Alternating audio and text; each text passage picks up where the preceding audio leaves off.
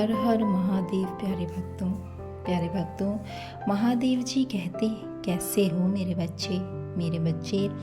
आज माता रानी तुम्हें एक चमत्कारी संदेश देने आई हैं। यह संदेश सुनने मात्र से तुम्हारा जीवन चमत्कारों से भरने वाला है। मेरे बच्चे, अगर आप माता रानी से प्रेम करते हैं तो कमेंट बॉक्स में जय माता दी ओम नमः शिवाय ज़रूर लिखिएगा। मेरे बच्चे, जिसने भी तुम्हें खून के आंसू रुलाया है उसकी बर्बादी के दिन शुरू हो गए हैं। तुम तैयार हो जाओ, बहुत बड़ा तमाशा होने वाला है। उसके जीवन में विकराल संकट आने वाला है।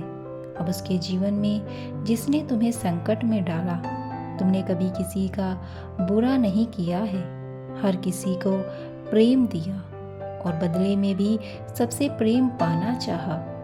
कुछ लोगों ने तुम्हें केवल दुख दिया, दर्द दिया। अब तक के जीवन काल में तुमने जिसे भी अपना समझा, हर किसी ने तुमसे छल किया, तुम्हें धोखा दिया।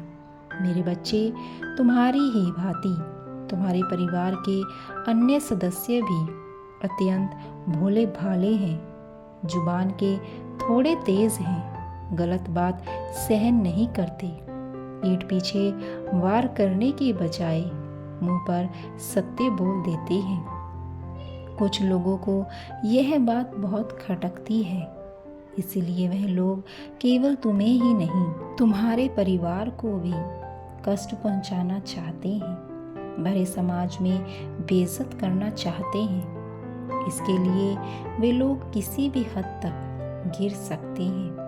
मेरे बच्चे, लोगों के बीच तुम्हारी इज्जत उछालने के लिए वह लोग बहुत गंदी चालें चल रहे हैं, षड्यंत्र रचे जा रहे हैं, किंतु इसका उन्हें कोई लाभ नहीं होगा। तुम्हारे और तुम्हारे परिवार जनों के तो वह बहुत समय से पीछे पड़े हुए हैं। बहुत षड्यंत्र किया, बहुत चाल चली, किंतु हर बार मात खाई है उन्होंने। मेरे बच्चे, इस बार भी वह मुंह के बल गिरेंगे। बहुत बड़ा संकट उनके जीवन में आने वाला है। उन्हें बहुत अच्छा लगता है दूसरों के घर पर तमाशा करवाने में, किंतु अब उनका ही तमाशा बनेगा और ऐसा नाच नचेगा वह कि पूरा समाज आनंद उठाएगा। मेरे बच्चे, मैंने उन्हें बहुत अवसर दिए सुधरने के, किंतु अपने अहंकार में वह इतने अंधे हो गए हैं कि स्वयं ही अपना पतन कर बैठे। दूसरों की इज्जत उछालने का उन्हें बहुत शौक है। अब उनकी इज्जत की अर्थी निकलेगी। जिस परिवार पर, जिस दौलत पर उसे बहुत अहंकार है, वह सब बर्बाद हो जाएगा।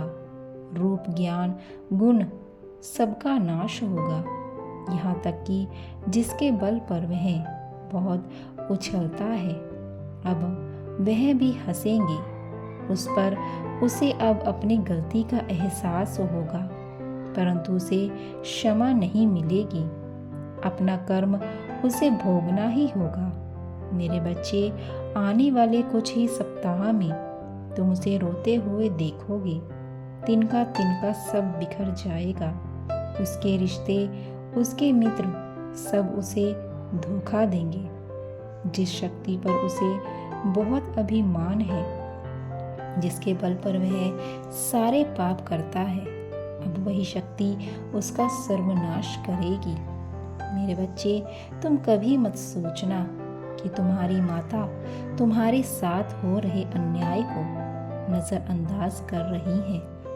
नहीं, मैं तो उस मूर्ख को सुधरने का अवसर दे रही थी, किंतु उसका पाप कर्म दिन प्रतिदिन बढ़ता ही जा रहा है।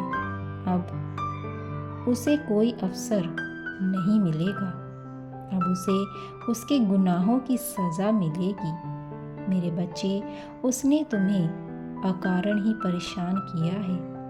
केवल उसने ही नहीं, अन्य कई लोगों ने भी तुम्हें बहुत परेशान किया है।